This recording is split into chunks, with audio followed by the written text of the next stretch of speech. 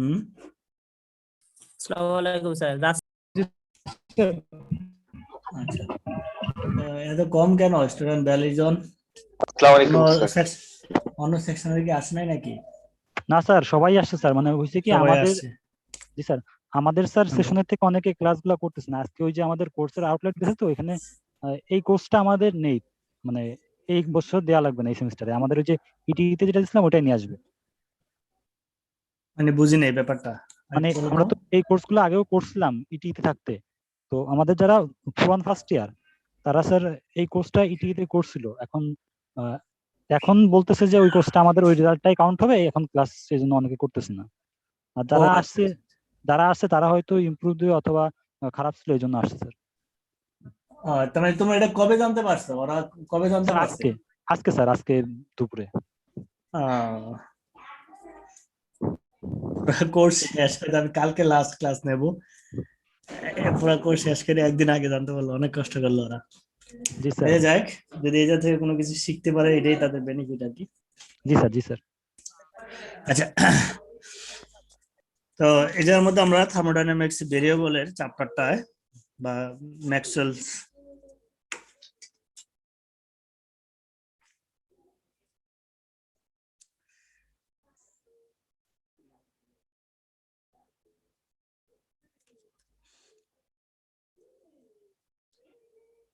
Thermodynamic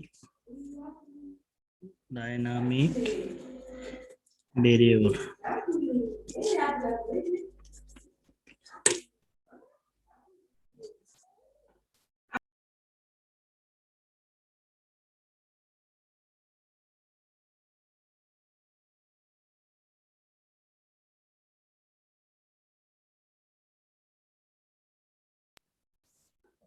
ওকে, তো thermodynamic variable, তো তোমরা জানো থার্মোডাইনামিক ভেরিয়েবল গুলো কি? যে প্রেসার, ভলিউম, তারপর হচ্ছে টেম্পারেচার, এন্ট্রপি, এগুলো হচ্ছে থার্মোডাইনামিক ভেরিয়েবল। তো এই যার মধ্যে কয়েকটা জিনিস আমরা একটু দেখি, সেটা হচ্ছে এক্সটেন্সিভ, আবার এক ধরনের ভেরিয়েবল এক্সটেন্সিভ ভেরিয়েবল, আর একটা হচ্ছে ইন্টেন্সিভ ভেরিয়েবল। ইন্টেন্সিভ ভেরিয়েবল,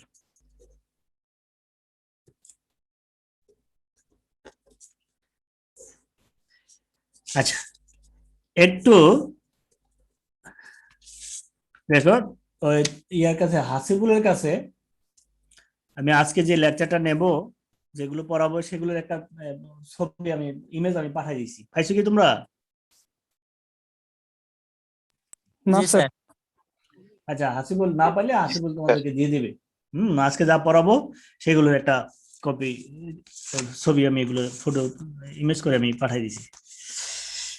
আচ্ছা, এক্সটেন্সিভ ভেরিয়েবল এবং ইন্টেন্সিভ ভেরিয়েবল, এই যে আমরা বিভিন্ন ভেরিয়েবলের কথা বলি, যে টেম্পারেচার প্রেসারের কথা বললাম, বিভিন্ন ভেরিয়েবল গুলো আছে যেমন ভলিউম, তারপরে ম্যাস, ইন্টারনাল এনার্জি, এন্ট্রপি, এইগুলো, তারপর যে temperature, pressure, viscosity, refractive index, density, এইগুলো হচ্ছে ভেরিয়েবল।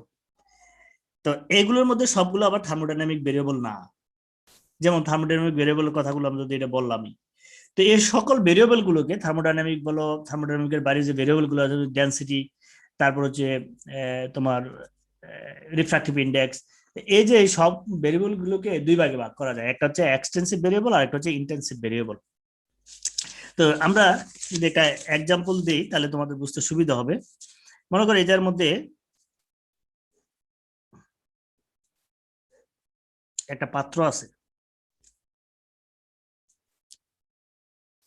এখন এই পাত্রটার ভলিউম হচ্ছে ভি, পাত্রটার ভলিউম হচ্ছে ভি।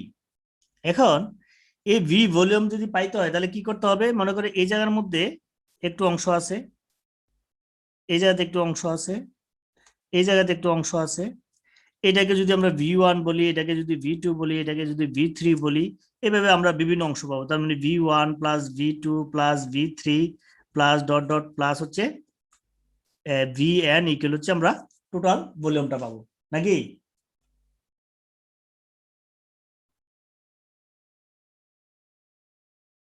হ্যাঁ,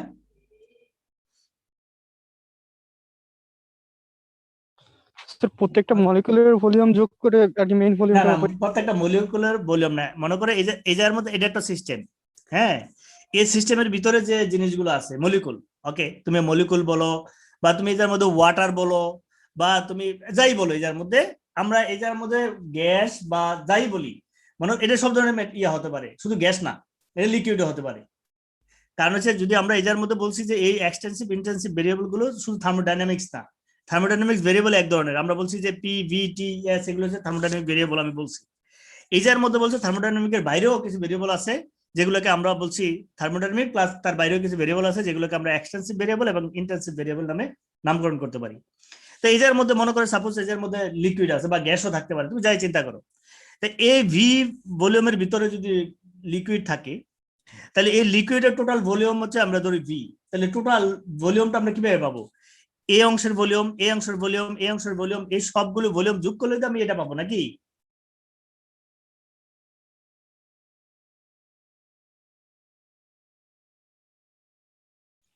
স্যার এখানে কি আমরা ওই যে আপনি পাত্রটা দিচ্ছেন ওইটা ওই অংশগুলোর ক্ষেত্রফল আর কি করতে চিন্তা করতেছে?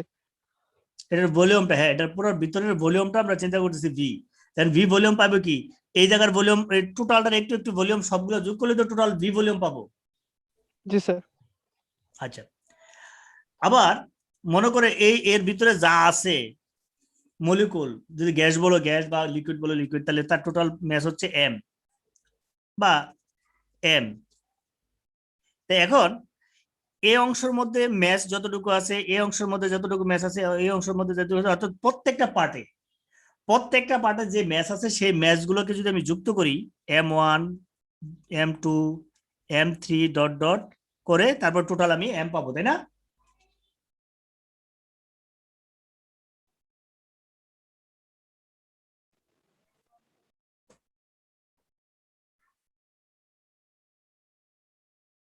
কথাই বোঝা গেল কিনা?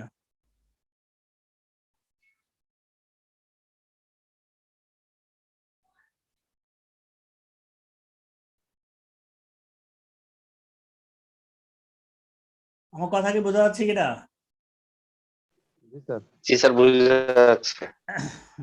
যদি না বুঝো, কারণ সবগুলো যদি পরীক্ষা আসে এই এক্সাম্পল দিতে গেলে সবাই ভুল করে ফেলবা, সেই কারণে আমি বলছি। আচ্ছা, তাহলে আরেকটা জিনিস হচ্ছে এই জায়গার মধ্যে দেখো, আরেকটা আমরা ফিগার অঙ্কন করি এই জায়গার মধ্যে।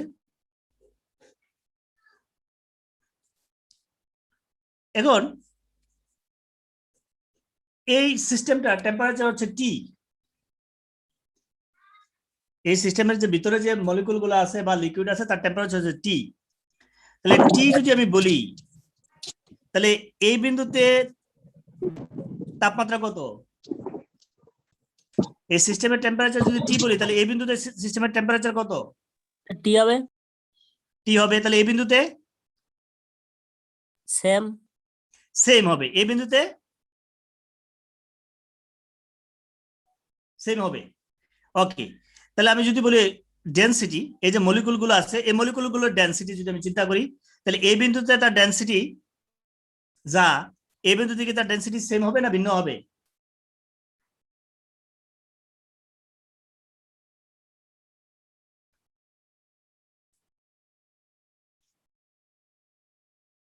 আমার কথা কি বোঝা যাচ্ছে কিনা?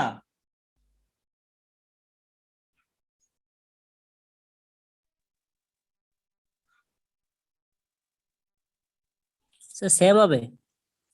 হ্যাঁ, তার মানে ডেনসিটি এই জায়গা সেম, এই জায়গা সেম, এই জায়গার মধ্যে সেম, সব জায়গায় ডেনসিটি সেম হবে। তাহলে তার মানে এই জায়গার মধ্যে দুইটা জিনিস দেখছো, একটা হচ্ছে এই যে ভি, এই সিস্টেমটার একটা ভেরিয়েবল বা সিস্টেমটাকে বর্ণনা করে এমন একটা প্যারামিটার, এটা এটা হচ্ছে ভেরিয়েবল যা একটা সিস্টেমকে ব্যাখ্যা করে বা সিস্টেমকে ডেসক্রাইব করে। তো ওই ভেরিয়েবলটার একটা ভ্যালু থাকবে, যে ভ্যালুটা হচ্ছে এই সিস্টেমের প্রত্যেকটা অংশের ভ্যালুর যোগফলের সমান।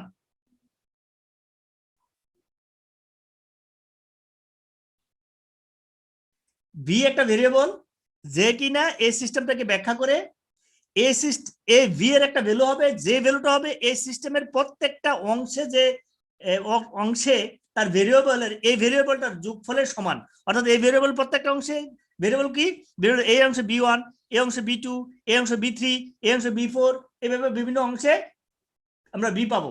এই সবগুলো বি যোগ করলে আমি পাবো টোটাল ভি। জি স্যার।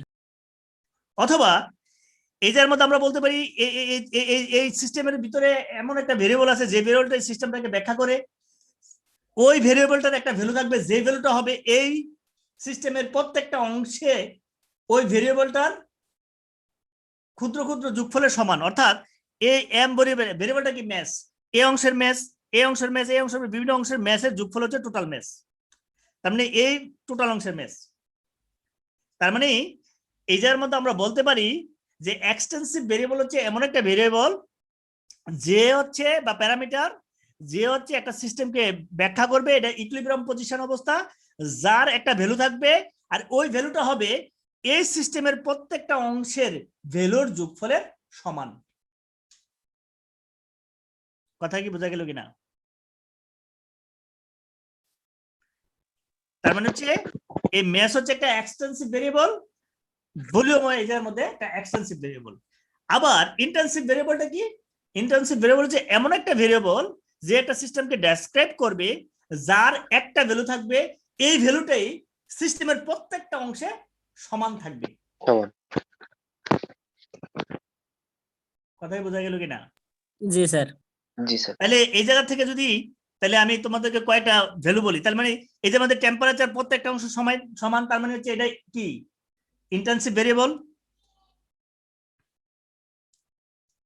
আর এটা হচ্ছে এক্সটেন্সিভ। তাহলে রো হচ্ছে সরি, এদের মধ্যে টেম্পারেচার ইন্টেন্সিভ, ডেনসিটিও ইন্টেন্সিভ। এখন ভিসকোসিটি বলতো কি হবে? একটা গ্যাসের ভিসকোসিটি টেম্পারেচার যদি ফিক্স থাকে, ডেনসিটি যদি ফিক্স থাকে, তাহলে তার ভিসকোসিটি কি ইন্টেন্সিভ না এক্সটেন্সিভ?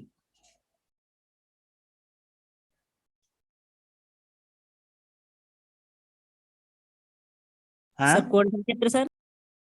এই যে মানে ভিসকোসিটি যে ভেরিয়েবলটা, এই ভিসকোসিটি ভেরিয়েবলটা কি এক্সটেন্সিভ না ইন্টেন্সিভ? সান্দ্রতা যেটা আমরা পড়ে আসছি। অতএব আমাদের বাদ দাও, এটা বাদ দিয়ে বলো রিফ্র্যাক্টিভ ইন্ডেক্স কি, এক্সটেন্সিভ না ইন্টেন্সিভ? রিফ্র্যাক্টিভ ইন্ডেক্স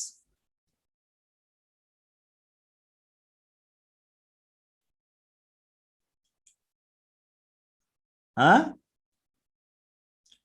বলতে পারবেন স্যার? রিফ্র্যাক্টিভ ইন্ডেক্স হ্যাঁ, যদি একই থাকে তাহলে তো স্যার পদার্থ যদি একই থাকে তাহলে তো রিফ্র্যাক্টিভ ইন্ডেক্সও একই থাকবে। রিফ্র্যাক্টিভ ইন্ডেক্সটা কি আমি সেটা জানতে চাচ্ছি। রিফ্র্যাক্টিভ ইন্ডেক্সটা কি ইন্টেন্সিভ না এক্সটেন্সিভ প্যারামিটার বা ভেরিয়েবল? সম্ভবত ইন্টেন্সিভ। ইন্টেন্সিভই হবে, কারণ হচ্ছে রিফ্র্যাক্টিভ ইন্ডেক্স একটা ম্যাটেরিয়ালের ইউনিফর্ম ম্যাটেরিয়াল, যেটা লিনিয়ার ম্যাটেরিয়াল গুলো, হ্যাঁ, ওই ম্যাটেরিয়াল গুলো রিফ্র্যাক্টিভ ইন্ডেক্স সব প্রত্যেকটা পয়েন্টের সমান। আর রিফ্র্যাক্টিভ ইন্ডেক্স যদি সমান না হয়, বিভিন্ন অংশে যদি বিভিন্ন ধরনের রিফ্র্যাক্টিভ ইন্ডেক্স হয়, তাহলে কি হবে?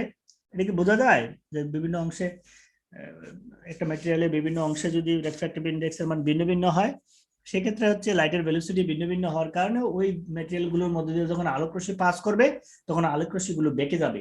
অর্থাৎ ওই যে আমরা বেনি আশকলা দেখি, স্পেকট্রাম গুলো দেখি, সেই স্পেকট্রাম গুলো হচ্ছে ওই ম্যাটেরিয়ালটার রিফ্র্যাক্টিভ ইন্ডেক্স সব জায়গায় সমান না বলে এই ধরনের ঘটনাগুলো ঘটে। ওকে, তুমি রিফ্র্যাক্টিভ ইন্ডেক্সের কথা বললাম, ভিসকোসিটির কথা বললাম, এগুলো হচ্ছে তোমার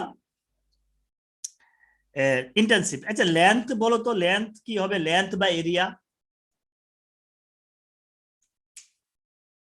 কোন ধরনের ভেরিয়েবল হবে? স্যার ভলিউমের সাথে তো সম্পর্কিত, রাইট, তো সেই হিসেবে তো এক্সটেন্সিভ হবে। Extensive, right. না না, তুমি ভলিউমের সাথে সম্পর্কিত এই কথা না, তুমি আমার ডেফিনেশনটা বুঝছো কিনা সেটা বলো। ওইটা হলো প্রত্যেকটা ক্ষুদ্র ক্ষুদ্র আর কি যোগফল করে তারপর টোটাল জিনিসটা পাবা। বের করতে হবে প্রত্যেক। জি।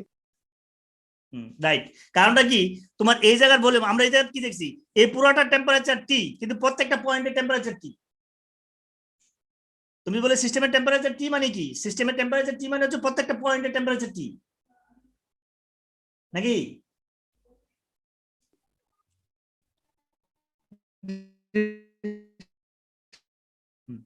আবার তুমি যদি বলে সিস্টেমের ভলিউম ভি, মানে প্রত্যেকটা পয়েন্টের ভলিউম কি ভি হবে?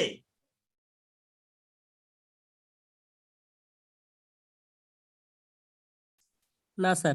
হ্যাঁ, না। তার মানে কি, ওই সিস্টেমটার ভলিউমটা পেতে হলে ওই ক্ষুদ্র ক্ষুদ্র ভলিউমগুলো যোগ করতে হবে, সেটাই পার্থক্যটা এই জায়গা। তো তোমরা ডেফিনেশন, যেহেতু তোমাদেরকে আমি এই ইয়াগুলো শীটগুলো দিয়ে দিছি এবং এটা দিয়ে দিছি, আমি আর লিখে দিলাম না, ঠিক আছে? তো ডেফিনেশনটা সুন্দর করে দেওয়া আছে এই জায়গার মধ্যে, তোমরা লিখে নিও, হ্যাঁ, এক্সাম্পল সহকারে। তারপর হচ্ছে এই থার্মোডাইনামিক রিলেশন গুলো, ম্যাক্সওয়েল ইকুয়েশন, ম্যাক্সওয়েলস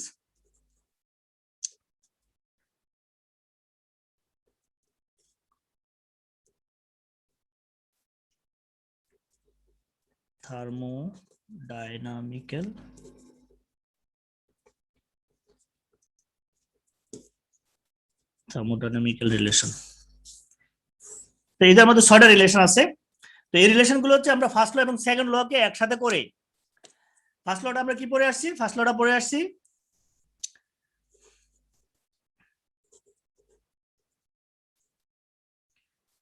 তো ফার্স্ট লটা আমরা এই জায়গা থেকে এটা আমরা জানি, আর সেকেন্ড লটা আমরা জানি হচ্ছে এন্ট্রপির পরিবর্তন ইকুয়াল হচ্ছে টি। এটা হচ্ছে সেকেন্ড ল, এন্ট্রপির পরিবর্তন, এটা ফার্স্ট ল, আর এটা হচ্ছে সেকেন্ড ল অফ থার্মোডাইনামিক্স। তো এই দুইটা থেকে আমরা এই দুইটা ইকুয়েশন পাই, এই দুইটাকে কাজে লাগিয়ে, অর্থাৎ এই জায়গা থেকে ডিকিউ যে মানটা আসবে, সেই ডিকিউর মানটা এই জায়গায় বসিয়ে এটার মধ্যে ক্যালকুলেশন করে ম্যাক্সওয়েল প্রথম এটার মধ্যে 6টা রিলেশন তৈরি করেন।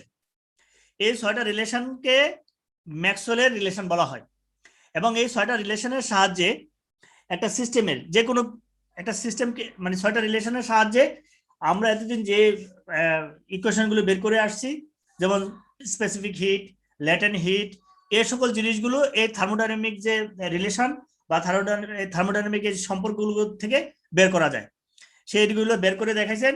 এই যার মধ্যে হচ্ছে ম্যাথমেটিক্যাল ক্যালকুলেশন ছাড়া আর কিছুই নাই, তোমরা এই ম্যাথমেটিক্যাল ক্যালকুলেশন গুলো করবা। এই যার মধ্যে তোমরা ফার্স্ট যে রিলেশনটা পাবা, সেটা হচ্ছে del T by del V. এই যার মধ্যে সরি এন্ট্রপি থাকবে fixed minus pressure del S entropy, এদের মধ্যে ভলিউম ফিক্সড। এটা হচ্ছে ফার্স্ট থার্মোডাইনামিক রিলেশন। তারপর হচ্ছে দ্বিতীয়টা পাবো হচ্ছে, এদের মধ্যে তোমরা মুখস্থ করলে কিন্তু মনে থাকবে না, এগুলো এটা মুখস্থ করবে না, মনে থাকবে না। এটা হচ্ছে তুমি জাস্ট হচ্ছে তোমার যে ইকুয়েশন গুলো আছে, এটার মধ্যে সিম্পল একটা ক্যালকুলেশন আছে, এই ক্যালকুলেশনটা দেখবা। এই যে ফার্স্ট ল এর মধ্যে দেখো, তোমাদের এর মধ্যে আমি আগে দিয়ে দিয়েছি ফার্স্ট ল এর মধ্যে, আর সেকেন্ড ল এর মধ্যে জাস্ট হচ্ছে এই ফার্স্ট লকে সেকেন্ড লকে ল এর সাথে ইয়ে করে এটার মধ্যে কিছু ডেরিভেশন করে, অর্থাৎ ইউবি সূত্র ক্যালকুলাস ব্যবহার করে, ইউবি সূত্রটা ব্যবহার করে ক্যালকুলেশন করে ফাইনালি এই ইকুয়েশন গুলো পাওয়া যায়। এই ইকুয়েশন গুলো যদি তুমি মুখস্থ করতে যাও, মুখস্থ তোমার থাকবে না, তুমি ওই ইকুয়েশনটা ক্যালকুলেশনটা করে আসতে হবে, নিজেরা করবা। এটা হচ্ছে সেকেন্ড রিলেশন। থার্ড রিলেশনটা হচ্ছে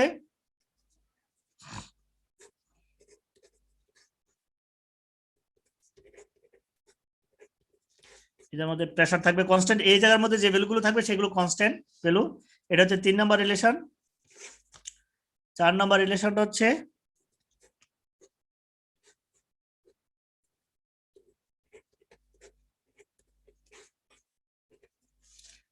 পাঁচ নাম্বারটা হচ্ছে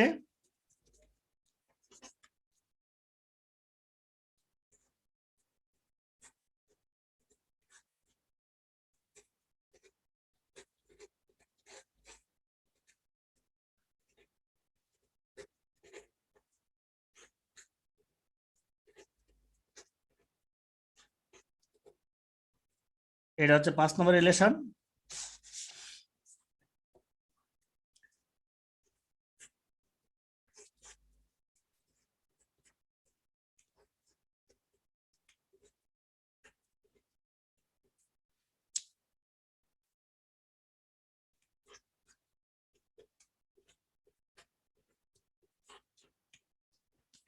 এটা হচ্ছে 6 নাম্বার রিলেশন। তো এইগুলোকে ব্যবহার করে এতদিন যে আমরা স্পেসিফিক হিট বের করছি, এগুলোকে ব্যবহার করে, এই রিলেশনগুলোকে ব্যবহার করে আমরা application of thermodynamic relation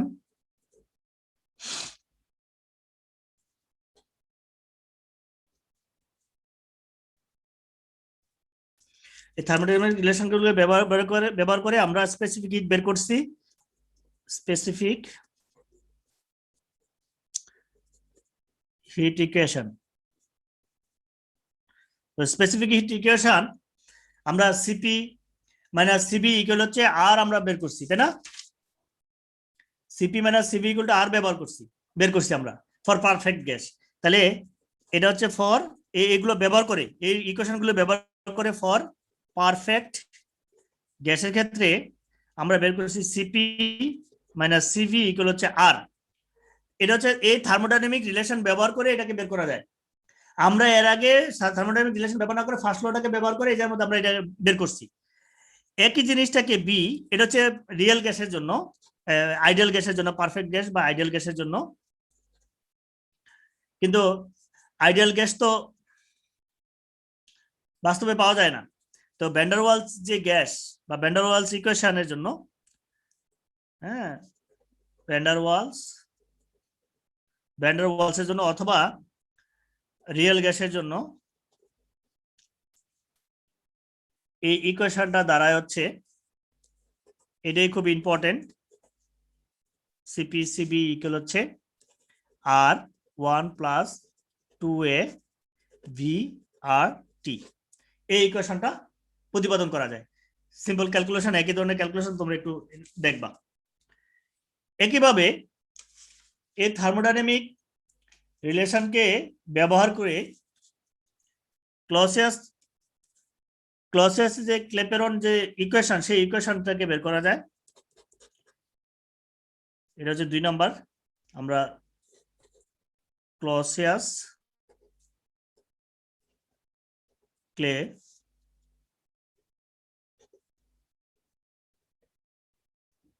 equation, এটা কি, এটার আরেকটা নাম হচ্ছে ফার্স্ট ল্যাটেন্ট হিট ইকুয়েশন। এটা ক্লসিয়াস এবং ক্লেপেরন দুইজন হচ্ছে এই সূত্রটা, যে সূত্রটা এখন লিখবো বা প্রতিপাদন করব, সেই সূত্রটা দুইজনেই প্রতিপাদন করেন। একজন হচ্ছে কার্নোটের যে রিভার্সিবল যে সাইকেল আছে, কার্নোট রিভার্সিবল যে ইঞ্জিন বা রিভার্সিবল সাইকেল, সেই সাইকেল ব্যবহার করে এই ইকুয়েশনটা প্রতিপাদন করেন। আর ক্লসিয়াস কি করে, এই থার্মোডাইনামিক ভেরিয়েবল গুলোকে ব্যবহার করে, থার্মোডাইনামিক রিলেশন ব্যবহার করে এই ইকুয়েশনটা প্রতিপাদন করে। তখন আমরা এর মধ্যে থার্মোডাইনামিক রিলেশন ব্যবহার করে এই ইকুয়েশনটাকে প্রতিপাদন করব। তো যেহেতু দুইজনেই এটাকে প্রতিপাদন করে, একজন হচ্ছে কার্নোট রিভার্সিবল সাইকেল ব্যবহার করে, ইঞ্জিন ব্যবহার করে সূত্রটা প্রতিপাদন করে, আরেকজন হচ্ছে থার্মোডাইনামিক রিলেশন থেকে বের করে। এই কারণে দুইজনের নাম অনুযায়ী এই ইকুয়েশনটার নাম দেওয়া হয় ক্লসিয়াস ক্লেপেরন ইকুয়েশন। ইকুয়েশনটা হচ্ছে ডিপি বাই ডিটি ইকুয়াল হচ্ছে এল বাই টি ভি2 মাইনাস ভি1। অর্থাৎ এটা হচ্ছে টেম্পারেচারের পরিবর্তনের কারণে কি ধরনের প্রেসার পরিবর্তন হয়, টেম্পারেচারের পরিবর্তনের কারণে কি ধরনের প্রেসার পরিবর্তন হয়, ইকুয়াল হচ্ছে এই এলটা হচ্ছে ল্যাটেন্ট হিট বাই হচ্ছে টেম্পারেচার। আর টেম্পারেচারের পরিবর্তনের কারণে এটার মধ্যে দেখো ভলিউমের পরিবর্তন, অর্থাৎ ভি2 থেকে ভি1 মাইনাস ভি2।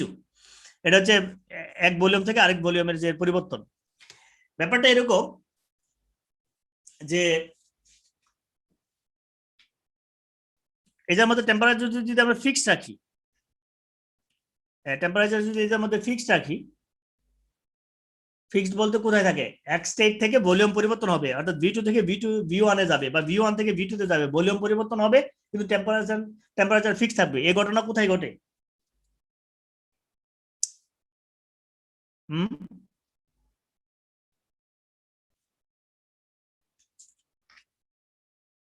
হ্যাঁ, বলতে পারবা যে টেম্পারেচার ফিক্স সমস্যা রাখলে? প্রক্রিয়া।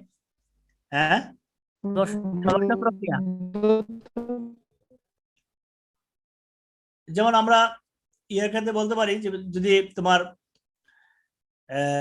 বরফ 0°C তাপমাত্রা, বরফ 0°C তাপমাত্রার পানিতে পরিণত হলো, তাই না?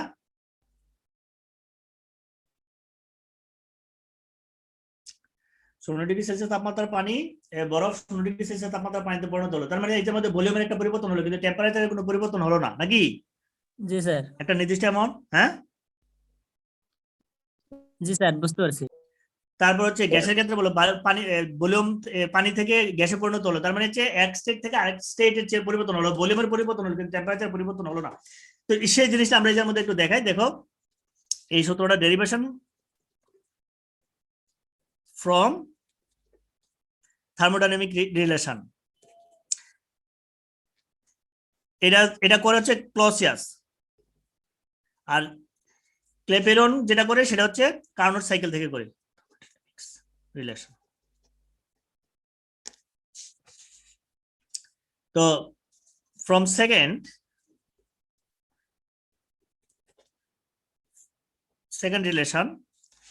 রিলেশনটা হচ্ছে del S by del V temperature fixed equal হচ্ছে P by T into volume fixed. তো উপপক্ষকে যদি আমি টি দ্বারা গুণ করি, del V T del P, এটা টি থাকবে সামনে, T এটা হলো V ফিক্সড।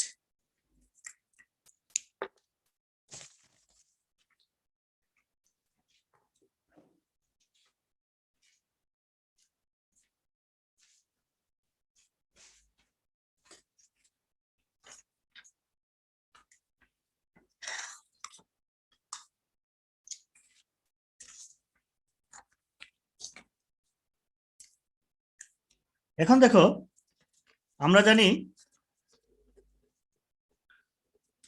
যে এন্ট্রপির চেঞ্জ ইকুয়াল হচ্ছে টি, তাহলে এই জায়গা থেকে আমরা লিখতে পারি ডিকিউ।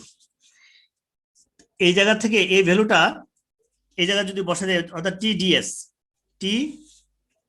এর জায়গা যদি আমি বসাই দেই, বসাই দিলে আমি পাবো হচ্ছে ডিকিউ, তাহলে এই জায়গা পাবো হচ্ছে বাই হচ্ছে del V into T constant T equal হচ্ছে T into del P by del T V. আচ্ছা, এখন এই যে কোয়ান্টিটিটা, এই কোয়ান্টিটিটা আসলে কি? এই কোয়ান্টিটিটা হচ্ছে, দেখো, ভলিউমের পরিবর্তনের সাপেক্ষে তার ইন্টারনাল এনার্জির পরিবর্তন, ভলিউমের পরিবর্তনের সাথে তার ইন্টারনাল এনার্জির পরিবর্তন, এবং তার সেক্ষেত্রে হচ্ছে টেম্পারেচার কনস্ট্যান্ট থাকতে হবে, এক্ষেত্রে হচ্ছে টেম্পারেচার কনস্ট্যান্ট। তো এই ঘটনাটা কোথায় ঘটে বললাম, যে যখন স্টেট চেঞ্জ হবে, যে বরফ তরলে পরিণত হবে, অথবা তরল জলীয় বাষ্পে পরিণত হবে, অথবা উল্টা রিভার্সিবল ঘটনাটা ঘটতে পারে, গ্যাস তরলে পরিণত হবে, তরল কঠিনে পরিণত হবে। তো 0°C তাপমাত্রা বরফ 0°C তাপমাত্রা পানিতে পরিণত হবে, অর্থাৎ এদের মধ্যে টেম্পারেচার ফিক্স থাকবে, বাট এদের মধ্যে ভলিউমের পরিবর্তন হবে, এদের মধ্যে ভলিউমের পরিবর্তন হবে আর টেম্পারেচারের পরিবর্তন হবে। এখন দেখো, 0°C তাপমাত্রার বরফ 0°C তাপমাত্রার পানিতে পরিণত করতে গেলে এদের মধ্যে একটা তাপের শোষণ হয়, যেটাকে আমরা বলি সুপ্ত তাপ। তার মানে ডেল কিউটা এদের মধ্যে রিপ্রেজেন্ট করে হচ্ছে সুপ্ত তাপ, নাকি?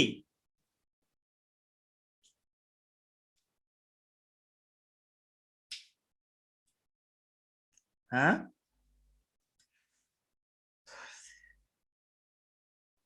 স্যার বুঝতে পারেন, আবার একটু বলেন স্যার।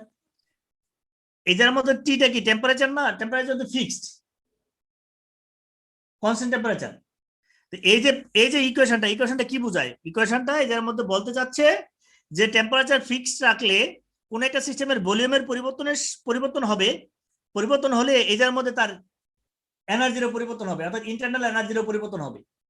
তখন কখন সম্ভব টেম্পারেচার ফিক্সড থেকে ভলিউম পরিবর্তন করে ইন্টারনাল এনার্জি কখন সম্ভব? সম্ভব দুইটা ক্ষেত্রে। এক ক্ষেত্রে হচ্ছে আমরা বলছি 0 ডিগ্রি সেলসিয়াস তাপমাত্রা বরফ 0 ডিগ্রি সেলসিয়াস তাপমাত্রা পানিতে পরিণত হলে, অথবা 100 ডিগ্রি সেলসিয়াস তাপমাত্রা পানি 100 ডিগ্রি সেলসিয়াস তাপমাত্রা জলীয় বাষ্পে পরিণত হলে। এই যে ক্ষেত্রে ভলিউমও পরিবর্তন হবে এবং ইন্টারনাল এনার্জিরও পরিবর্তন হবে। তো এখন আমরা জানি 0 ডিগ্রি সেলসিয়াস তাপমাত্রা বরফ 0 ডিগ্রি সেলসিয়াস তাপমাত্রা পানিতে, অথবা 0 ডিগ্রি সেলসিয়াস তাপমাত্রা পানি 0 ডিগ্রি সেলসিয়াস তাপমাত্রা বরফে পরিণত হলে, অথবা 100 ডিগ্রি সেলসিয়াস তাপমাত্রা জলীয় বাষ্প 100 ডিগ্রি সেলসিয়াস তাপমাত্রা পানিতে, অথবা 100 ডিগ্রি সেলসিয়াস তাপমাত্রা পানি 100 ডিগ্রি সেলসিয়াস তাপমাত্রা বরফে যদি জলীয় বাষ্পে যদি পরিণত হয়, তাহলে এটার মধ্যে একটা সুপ্ত তাপের, যেটা সুপ্ত তাপের আদান প্রদান হয়। বরফ থেকে পানিতে আসলে সুপ্ত তাপ গ্রহণ করবে, বা পানি থেকে বরফে গেলে সুপ্ত তাপ ত্যাগ করবে, করবে না? জি স্যার। তার মানে এই যে ডিকিউটা, যে ইন্টারনাল এনার্জি যে পরিবর্তন, সেটা হচ্ছে সুপ্ত তাপের সমান। তাহলে আমরা যা লিখতে পারি ডিকিউ ইকুয়াল হচ্ছে ল্যাটেন্ট হিট, যেটাকে আমরা এল দ্বারা প্রকাশ করতে পারি। আর এই ডিভি মানে হচ্ছে volume, change of volume, change of volume at constant temperature টি, সেটাকে আমরা বলতে পারি ভলিউম কি, ইনিশিয়াল ভলিউম হচ্ছে 1 আর ফাইনাল ভলিউম হচ্ছে 2, অর্থাৎ 1 থেকে 2 তে আসলো। তাহলে এই ইকুয়েশনটা যদি আমরা বসাই, তাহলে এল হচ্ছে V2 minus V1 T del P by del T, এর মধ্যে ভলিউম হচ্ছে আমরা এই পাশে কনস্ট্যান্ট রাখলাম। তাহলে ফাইনালি এটাকে আমরা লিখতে পারি del P by del T equal হচ্ছে এল টি into V2 minus V1।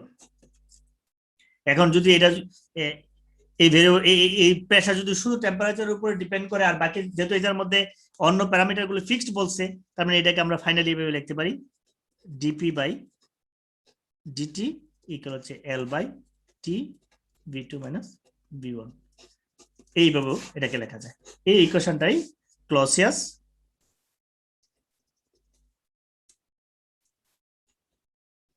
Clapeyron's equation।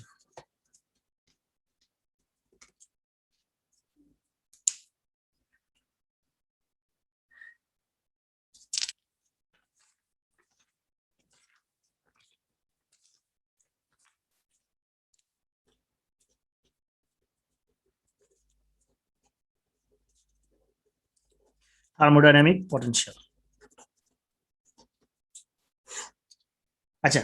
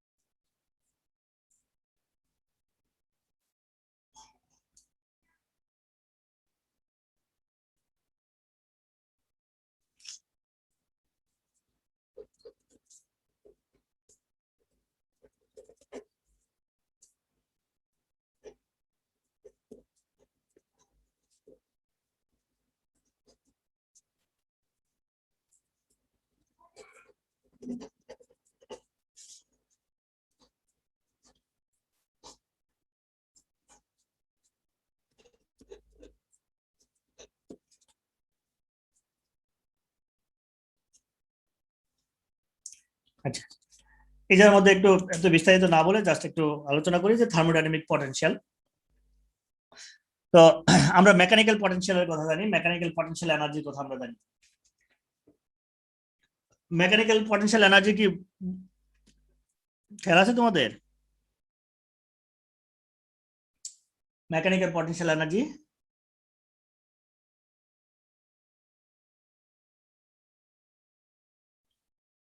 হ্যাঁ, mechanical potential energy, potential energy কি আমরা পড়ি নাই? পটেনশিয়াল পড়ে নাই? আচ্ছা, এখন হচ্ছে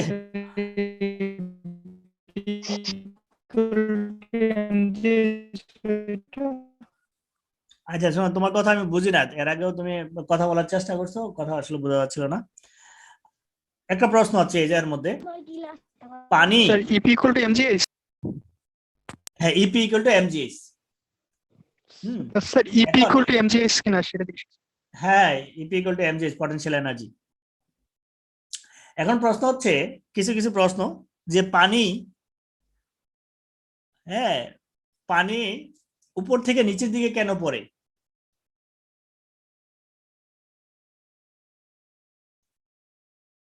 স্যার বিভব শক্তির দ্বারা স্যার হ্যাঁ অভিকর্ষ টানের কারণে। তারা আমি এই যার মধ্যে, হ্যাঁ অভিকর্ষ টানের কথা বলছো, সবই বলছো, আমি এই যার মধ্যে পটেনশিয়াল নিয়ে আলোচনা করতেছি। হ্যাঁ তোমাদের এই জিনিসগুলো বুঝতে একটু সুবিধা হবে আর কি। তারপর হচ্ছে তোমার কারেন্ট কেন হায়ার পটেনশিয়াল থেকে লোয়ার পটেনশিয়ালের দিকে যায়, হিট কেন হায়ার টেম্পারেচার থেকে লোয়ার টেম্পারেচার দিকে যায়, এই সবগুলোর কথা কিন্তু একটাই।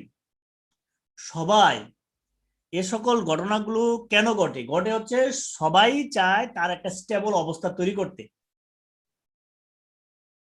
সবাই চায় তাদের একটা স্টেবল অবস্থা তৈরি করতে। স্টেবল অবস্থাটা কি? পানি যখন একটা পানি যখন উপর থেকে নিচের দিকে পড়বে তার তখন একটা তার স্টেবল অবস্থা তৈরি হবে। তার মানে হচ্ছে স্টেবল অবস্থাটা কি? স্টেবল অবস্থা সেটাই, পানি যখন উপরের দিকে থাকে, উপরের দিকে যখন উপরে থাকে তখন উপরে হচ্ছে সে হায়ার পটেনশিয়াল এনার্জিতে থাকে, যখন নিচে পড়ে সে লোয়ার পটেনশিয়াল এনার্জির দিকে পড়ে আর লোয়ার পটেনশিয়াল এনার্জি আসে। তার মানে হচ্ছে এই প্রত্যেকটা জিনিসের সিস্টেমে সে সবসময় লোয়ার পটেনশিয়াল এনার্জিতে অবস্থান করতে চায়, অর্থাৎ লোয়ার এনার্জি স্টেটে থাকতে চায়, কারণ লোয়ার এনার্জি স্টেট হচ্ছে সবচেয়ে স্থিতিশীল অবস্থা। লোয়ার এনার্জি স্টেটে থাকতে চাওয়াটাই হচ্ছে চায় কেন? কারণ ওই যার মধ্যে তাদের স্টেবিলিটি আসে। তো এই যার মধ্যে থার্মোডাইনামিক স্টেবিলিটি অর্জন করার জন্য এই যে internal energy, Gibbs free energy, Helmholtz free energy, enthalpy, এই enthalpy, Helmholtz free energy, Gibbs free energy, এ সকল জিনিসও ওই মেকানিক্যাল এনার্জির মতোই। এ সকল এনার্জি দ্বারা বা এই সকল পটেনশিয়াল দ্বারা, এই থার্মোডাইনামিক পটেনশিয়াল দ্বারাও থার্মোডাইনামিক্যালি ওই সিস্টেমটা স্টেবল কিনা সেটা বোঝা যায়, যেটা আমরা মেকানিক্যাল পটেনশিয়াল এনার্জি দ্বারা যেটা বুঝি। কথাই বোঝা গেল?